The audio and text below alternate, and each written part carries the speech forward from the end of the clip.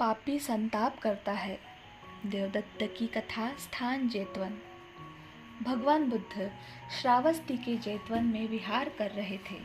देवदत्त, जो बुद्ध का ममेरा भाई था, शुरू में भगवान के प्रति श्रद्धा रखता था, लेकिन धीरे धीरे उसमें द्वेष, ईर्ष्या और गर्व की भावना जागने लगी। वह भगवान के साथ रहते हुए भी उनके प्रति असंतोष और प्रतिस्पर्धा से भर गया।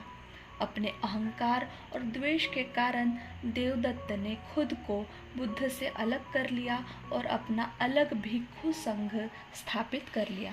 वह अपने अनुयायियों के साथ उपोषण और प्रवचन अलग से करने लगा। देवदत्त की इस गतिविधि की जानकारी आनंद और अन्य भिक्षुओं ने बुद्ध को दी। तथागत पहले से ही इस स्थिति से अवगत थे और शांत भाव से उत्तर दिया, दुर्जनों के साथ पाप करना सुगम है, जबकि सज्जनों के साथ भलाई करना कठिन है। देवदत्त के साथ 500 भिक्षु भी गया शीर्ष पर्वत की ओर चले गए, जो नवीन परिव्राजक थे। देवदत्त के शब्दों से प्रभावित हो गए थे। समय बीता और सारिपुत्त और मोगल्लान ने बुद्ध से निवेदन किया कि वे गया शीर्ष जाकर स्थिति का अवलोकन करें। जब वे वहां पहुंचे, देवदत्त बहुत प्रसन्न हुआ, यह सोचकर कि सारिपुत्त और मोगल्लान भी उसकी शिक्षाओं का अनुसरण करने आए हैं। उसने उनका स्वागत किया और उन्हें भिक्षुओं को उपदेश देने के लिए कहा। देवदत्त थकावट महसूस कर रहा था और सो गया। इस बीच सारिपुत्त ने भिक्षुओं को धर्म का उपदेश दिया, जो उन्हें गहराई से प्रभावित कर गया। धीरे धीरे भिक्षु देवदत्त के प्रति अपना विचार बदलने लगे।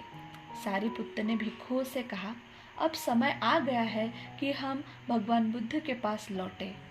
सभी भिक्षु देवदत्त की नींद के दौरान ही उसे छोड़कर वापस जेतवन में बुद्ध के पास लौट गए। जब देवदत्त जागा तो उसका शिष्य कोकालेक ने उसे भिक्षुओं को जाने की सूचना दी। यह सुनकर देवदत्त को गहरा धक्का लगा। जिस संघ को उसने संगठित किया था, वह उसके हाथों से निकल चुका था। यह आघात इतना गहरा था कि देवदत्त बीमार पड़ गया और रक्त वमन करने लगा। उसकी हालत दिन ब दिन खराब होती गई और 9 महीनों तक वह पीड़ा में रहा। देवदत्त ने अपने जीवन के अंतिम दिनों में पश्चाताप महसूस किया। वह समझ चुका था कि उसके बुरे कर्म ही उसकी दुर्गति का कारण बने हैं। उसने जेतवन में जाकर बुद्ध से मिलकर क्षमा मांगने का निर्णय किया, लेकिन यात्रा के दौरान नदी के किनारे पहुंचकर वह शुद्ध होने के लिए स्नान करना चाहता था, परंतु उसके प्राण वहीं निकल गए और वह धरती में समा गया।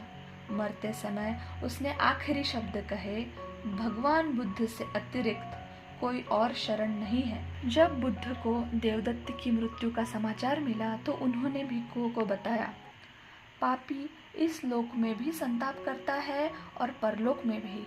अपने बुरे कर्मों को सोचकर वह दुखी रहता है और दुर्गति को प्राप्त होने के बाद और भी अधिक संताप करता है।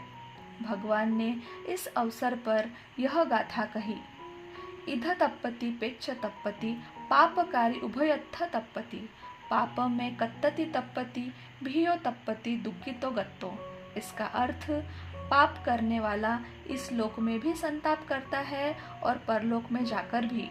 वह सोचता है, मैंने पाप किया, और इस विचार से और अधिक संतप्त होता है।